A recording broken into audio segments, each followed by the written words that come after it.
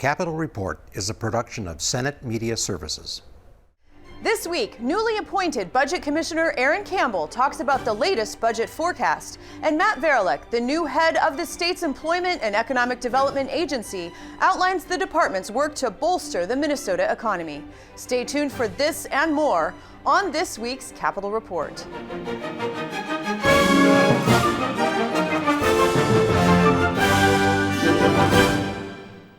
Welcome to this week's program. I'm Shannon Loehrke. A budget surplus of $2.4 billion for the current fiscal biennium that ends in June 2025 was announced December 6th as part of the November budget and economic forecast.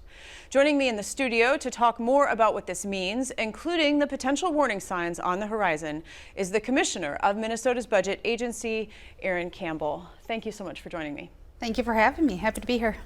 Before we dig in, I want to congratulate you on your appointment as commissioner. You began your career here in the Senate, and after leaving, you took greater and greater positions of responsibility and leadership in state government, ultimately landing in this role. At the budget forecast, it is notable that it was an all-female panel doing the presentation. What inspired you to have a career of state service? Yeah, well, let me just start by making note of what you've noted, that it was a panel of all women. That's the first time I think that's happened. And so as we were walking out that day, we were pretty excited about that too. But I decided to pursue a career in public service. Right away, it was really because I wanted to make a difference. I was a social work major in college, and I was really interested in how to impact people through policy making. So when you think about social workers, you probably think about people who are doing more one-on-one case work, but I was really always interested in the macro practice, and so that led me to the legislature, working in the Senate, which is a place I am very fond of. And I did leave after being in Governor Dayton's office a couple of years. I went into the private sector, and I came back to public service because I just have a passion for making sure that government works well for the people that it serves. It has become a tradition on this program to show the always beautiful cover photo for the forecast slides, and then to ask what it means. So in this case, it's a rocky shoreline covered with ice, with an island in the distance. The lake is partially ice covered with some clouds and fog and a bit of sun on the horizon. Is this photograph representative of the forecast? You know, when we chose it, there were a lot of discussions about this, but ultimately we did just think it was a pretty photo, if I'm being honest with you. But I think that you could probably, you've described it in a way, I think that that's fair. This is a mixed forecast. That's how I described it on forecast day, and I think that that's what you see, to some extent in the photo as well. Let's start with the good news. The state does have a projected surplus of $2.4 billion. So for this biennium, Minnesota is in good shape, yes? Yep, that's correct. In fact, we have a surplus right now of $2.4 billion and a projected surplus of $82 million in the next biennium. But the question of how much we spend of that $2.4 million impacts that $82 million on the bottom line next biennium. And so we're watching really carefully what we do with those resources this year. So then to follow up on that, because you're talking about that next biennium, you did urge caution to lawmakers because of what you called a structural imbalance on the horizon. So if lawmakers approve appropriations to cover inflation, then the surplus does dwindle to that $82 million that you mentioned. If they would appropriate more, then a deficit could be in the future, yes? That could be possible. It really depends on the February forecast and the November forecast, projected spending, revenues, all of those things factor in. But the way we are thinking about it, and part of the reason that we talk so much about it on Wednesday, we don't normally spend that much time talking about the out years when we're looking at the forecast. We chose to do that this time because we wanted to make sure that policymakers had a good view into the future and what the decisions in this biennium could mean for the future biennium. So it really was a matter of calling attention to a potential issue, making sure that they had all the information that they might need. If there is a possibility that if they appropriate resources in this biennium, with inflation, if that is appropriated, which you accurately stated, and with the structural imbalance, there's the potential for a deficit, but that's not what we're looking at right now. So this forecast is a little different from forecasts in the past because of a law change that does require budget officials to calculate inflation. The inflation number was there, but it was never part of the full picture. Last week, Dr. Loehrke was on the program. She's the state economist. She said that had the law not changed, then the forecast would continue to show a surplus, more than $82 million in the future. And because there's been so much discussion now about this structural imbalance and you're sort of forecasting caution, is that risky in a political environment? You know, the addition of inflation, I think, gives a more accurate picture of what lawmakers will be looking at in the next biennium. And so I think it certainly changes the conversation. But I hope that what it does is help policymakers, lawmakers, better plan for what's to come in the next biennium. So I don't know that I think it's risky. I think that it is a good planning tool for the legislature in thinking about what the biennium might bring. Evan Ramstad of the Star Tribune called this forecast, quote, a cold splash in the face to government leaders. The headline of this article read, "State spent everything everywhere all at once, then reality bit." So what's your advice to the governor and lawmakers going forward? Now, the advice, and I talked about this on Forecast Day, is really one of caution. We want to be mindful of the impact of our choices this year on the next biennium. We want to be really thoughtful and judicious about deciding what our priorities are in context of all of the ideas that will come forward. It's fair to say that there are a lot of needs that we see and hear about, but we are at a point where we will have to make really calculated decisions in order to prepare for that next biennium. And so it really is my message is one of caution, of being mindful, of recognizing impacts forward-looking on the next biennium. Finally, it must be noted that the budget reserve is full at $2.9 billion. With a budget and an economy as large as Minnesota's, is that rainy day fund sufficient? We believe that it is, and it's recalculated every year. It's looking at a measure of the volatility in our revenue system. And it's meant to be there in the event of unexpected downturns in our revenue in the current biennium that you're trying to deal with. And so because it's about unexpected decreases in revenue, that's why we use the revenue volatility analysis. Based on that, we think it is sufficient, and we actually believe that we have a nation-leading budget reserve policy, and so are feeling really proud of that, and that's really very good news in this forecast. Commissioner Erin Campbell, congratulations and thank you so much. Thank you.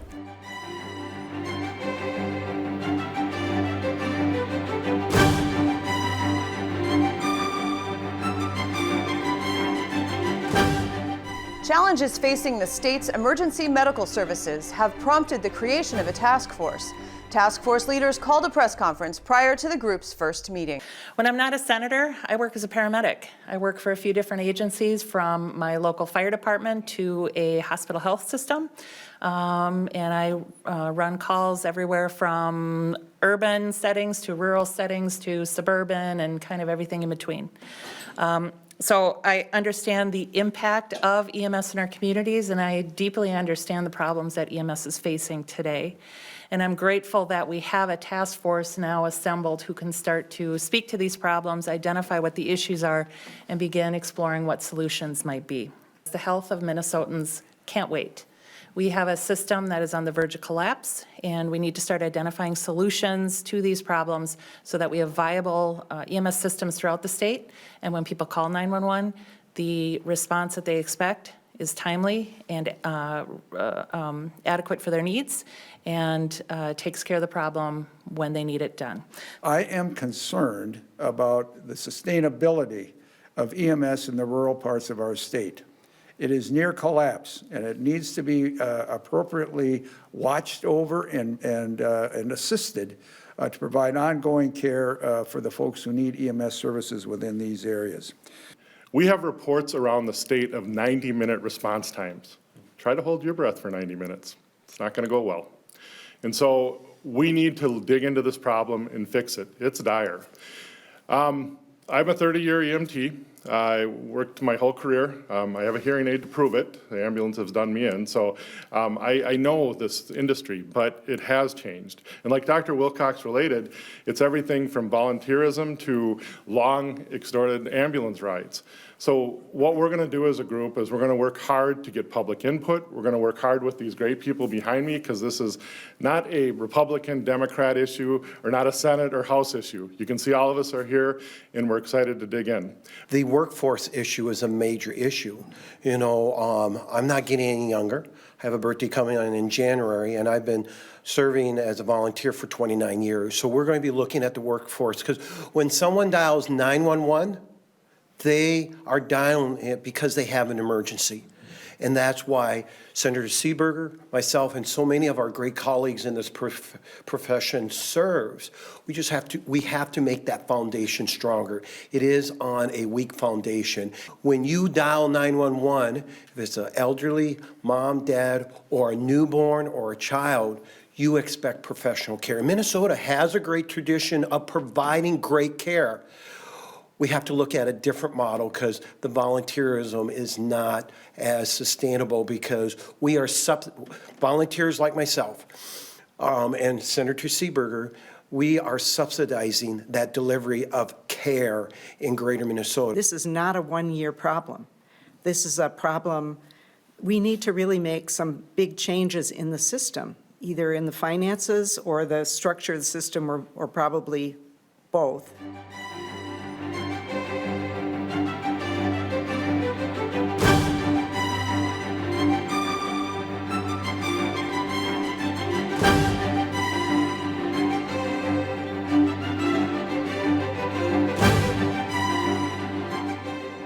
The mission of the Department of Employment and Economic Development, also known as DEED, is to empower the growth of the Minnesota economy for everyone. The agency exists to recruit, expand, and retain businesses, encourage international trade, and develop the workforce and communities. Joining me now is the Commissioner of the agency, Matt Varilek. Thank you so much for being here. My pleasure. Great to be here. You were appointed as Commissioner of DEED in late June. Congratulations. Thank you. So you're about 6 months on the job. Prior to joining DEED, you were president of a foundation promoting economic development in Little Falls and its surrounding 14 counties and 2 tribal nations. You were a congressional candidate in South Dakota. You studied abroad in Glasgow, and you now reside in rural Benton County. Can you summarize the unique perspective that you bring to DEED? Yeah, I don't know if there's a common thread through all those things, but unique perspective probably is fair.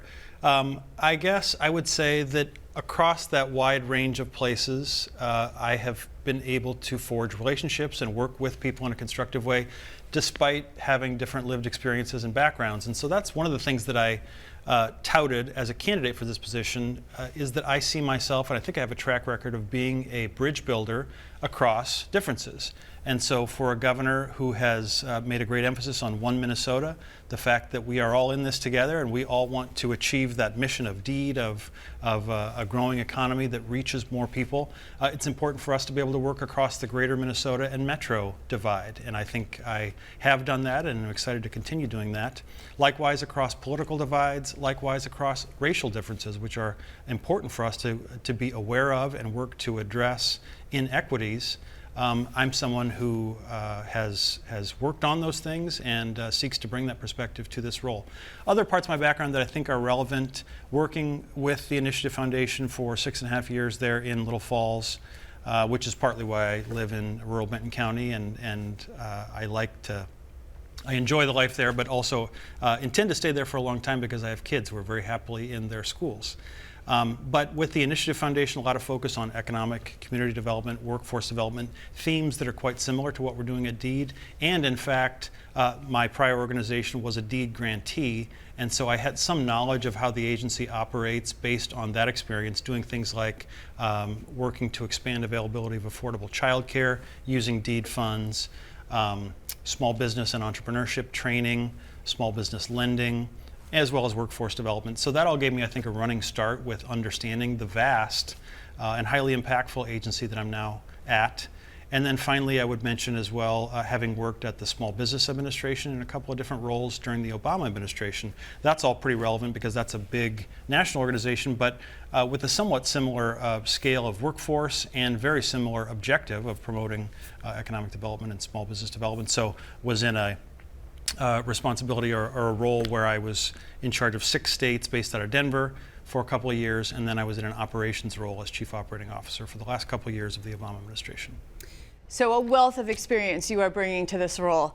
As you know, the November budget and economic forecast was just released, and Minnesota has a projected surplus of $2.4 billion for the current biennium, which will end June 2025. But there are some hazard lights blinking in the future. One constraining factor for the future of Minnesota's economy is the tightness of the labor force. What is your perspective on this? Yeah, the challenge of finding enough workers is one that is kind of the central feature of the Minnesota economy right now. And in many ways, it's a result of our economic strength. We've had strong and steady economic growth for quite a long time now. Part of DEED is about, of course, shaping the Minnesota economy in a positive way, but we also have a function where we report on the state of the economy. And so we have reported on a monthly basis the labor market figures, and in 9 out of the last 12 months, we added net jobs in the state. So that's great. That shows the fact that private sector employers, public sector employers, and others, they have strong demand for their goods and services. They want more people. But that also means that it is hard to find the folks that you're looking for. We have national unemployment figure of 3.9%, Minnesota's 3.2%. We're already above average when it comes to labor force participation. In other words, more people who could be working are working in our state than most places. I think 4th in the nation. That might well be. Yeah, I think we're 68.5% versus 62% nationally. So those are strong features of the economy that we're proud of. But we do need to address that workforce challenge.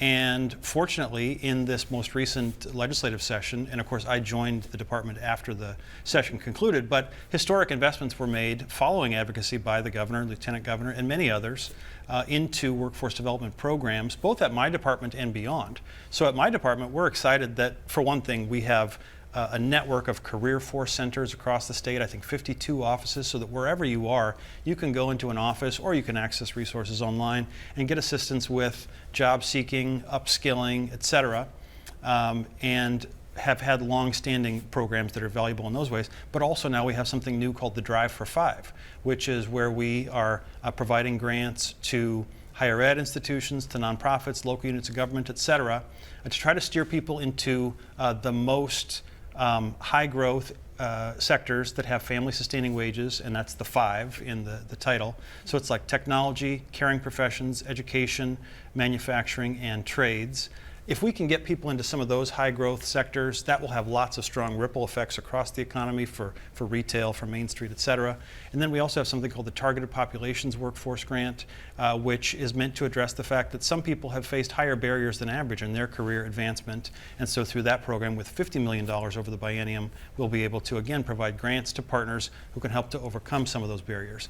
In addition to youth funding, in addition to the fact we have an Office of New Americans at DEED to address, to help welcome new Americans and make state government accessible to them. And then childcare. If we can help more parents be able to find quality, accessible, and affordable childcare, that means more people can be in the workforce so that we can allow people to find a career that will be satisfying to them and also meet the needs of those employers. You joined Governor Walz's recent trade delegation to Australia, the first trip to that country in Minnesota history. One stated goal of the trip was to deepen connections in the medical technology sector, of which Minnesota has been a leader. Will it take international investment and expansion for Minnesota to retain its dominance in medical technology? Well, we certainly see a massive opportunity there. We have a great strength already, and of course we want to leverage that and build on that. And first of all, just the importance of international trade in general was very apparent. Last Friday we had the Governor's International Trade Awards, where he recognized, I think, 7 of the Minnesota companies that are having some of the greatest impact on strengthening our economy through exports or through foreign direct investment. And that's what all of our international travel is about. And then when you have a governor that devotes significant time to participating in those things and going abroad and thanking companies that are investing here and helping to open up doors for Minnesotans to export, it's a big deal. MedTech is really a strength of Minnesota's, of course. And one of the things we did while we were there was we went to Medtronic, of course, an iconic Minnesota company, and celebrated that for 50 years now they've been operating in Australia and New Zealand. So we got to be there and help celebrate that massive milestone and see some of their amazing technology that's coming out that's going to improve lives and health, not just in Minnesota, not just in the USA, but everywhere. And then on the other side of the coin, on the small business side of the coin, we got to visit a place called Sear Medical. In fact, the previous International Trade Award winner from Governor Walz. And they have some fantastic technology that helps when it comes to diagnosing epilepsy, and makes it easier to be able to do that in the home instead of a clinical setting. And they've had success in Australia. They've expanded to the USA. When they received their award, I think they had 2 US employees in Rochester. Now they have closer to 20 in the US and most in Rochester, with lots of plans to expand. So we'd love to see more of those things, because we are a wonderful place with the Medtronics of the world, with all that we have in Rochester, the Mayo Clinic, Medical Alley, U of M Research. This is the place where medical tech companies can succeed. Clearly so much going on at DEED and in the state of Minnesota. Commissioner Matt Varilek, thank you. My pleasure. Thank you.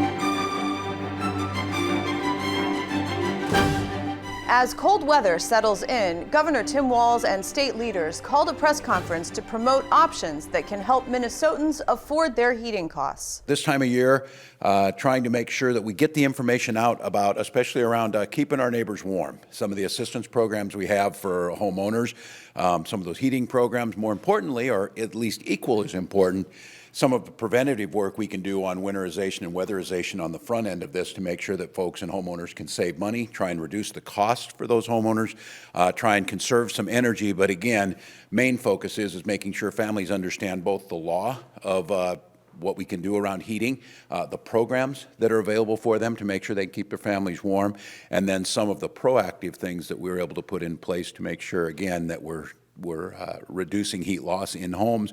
And Commissioner Arnold will talk through some of the details on this. This also includes renters, and I think many times that part gets forgotten. I'd like you to take a little moment and think about the house you left. Mine was warm, it was safe, and it was a fine place to live and work. Not every Minnesotan has that ability, and we think that every Minnesotan deserves to be safe and warm in their home. Sometimes they're choosing between groceries and staying warm. That's not a choice we want anyone to make. So I want to talk today about our energy assistance program, our weatherization program, and the cold weather rule, all of which provide protections for Minnesotans throughout the winter. Energy assistance works like this. Your bill is paid directly to your utility. You can apply, and you can apply through your local community action partnership. We have folks here who can talk about that a little bit more. And then we will, process your payment, and then the payment goes directly to your utility. If you've been disconnected, there are additional funds to get your heat and power reconnected. And if you need an emergency fuel delivery, we can help that to get to your home. Our program started October 1st. It runs through May 31st. And in Ramsey and Washington counties, we have logged over 15,000 applications. We have assisted almost 7,000 households with $2.2 million in energy assistance and furnace repair. One of the programs that we administer is called ERR, which is the Emergency Repair Program, and I kind of want to highlight that a little bit because I think that there's a lot of households who don't know that we do this program. And this is a program where if you are a homeowner and if you do not have a furnace that is working, we can help you get a new furnace. We can help you repair it. We can help you replace it. So far in Ramsey and Washington counties, we've helped 40 households with that program. I didn't think I would qualify. I'm a federal worker in the state of Minnesota. So to me, I didn't think I would qualify for a program like this. So I went online, I filled out the application. The next day I called to make sure that they had received my application. I talked to someone on a Thursday, and by Tuesday I had someone in my household repairing my furnace.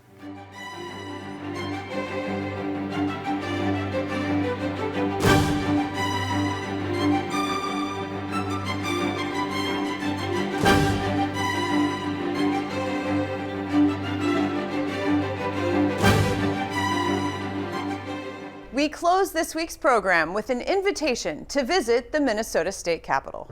The Minnesota State Capitol is an architectural gem. Designed by American architect Cass Gilbert, the Beaux-Arts-inspired masterpiece overlooks St. Paul and the sweeping Mississippi River Valley. Free public tours showcasing the Capitol's history, stunning artistry, and incredible architectural features are offered by the Minnesota Historical Society. Within the chambers of the Senate and the House, stonework, murals, and intricate detail inspire lawmakers to reflect on the state's history as they debate legislative proposals that could impact the lives of Minnesotans. The historic Supreme Court chamber, with its artwork depicting the history of law, reminds the justices and all who enter that where law ends, tyranny begins. Adorning the walls of the governor's ornate reception room, historical paintings of Minnesota's role in the American Civil War, a conflict fresh in the minds of Minnesotans when the Capitol opened in 1905, are on display. During favorable weather, tours include a trip to the roof of the Capitol for a close-up view of the quadriga, also called the Progress of the State. Cast in the style of classical antiquity, the four-horse chariot, charioteer, and women representing industry and agriculture signify a golden and plentiful future for Minnesota. Visitors can take a break or grab breakfast or lunch in the historic Rathskeller, a basement cafe decorated with German motifs and mottos honoring the state's German immigrant heritage. The Rathskeller is open during legislative sessions. A multi-year renovation of the Capitol building was completed in 2017, restoring the art, furniture, and overall vision of architect Cass Gilbert while upgrading the building for modern technology and accessibility. Free guided tours are available Monday through Friday, 9 a.m. to 4 p.m., and Saturdays, 10 a.m. to 2 p.m. Tours leave at the top of the hour and are 45 minutes long. Groups of 15 or more are asked to make a reservation. For a fee, theme tours covering art, the American Civil War, and the builders of the Capitol building are also available. For more information, visit the Minnesota Historical Society website or scan the QR code and enjoy your visit at the Minnesota State Capitol. Join us again next week as we delve into more topics affecting Minnesotans. I'm Shannon Loehrke, and on behalf of all of us at Senate Media Services, thanks for watching.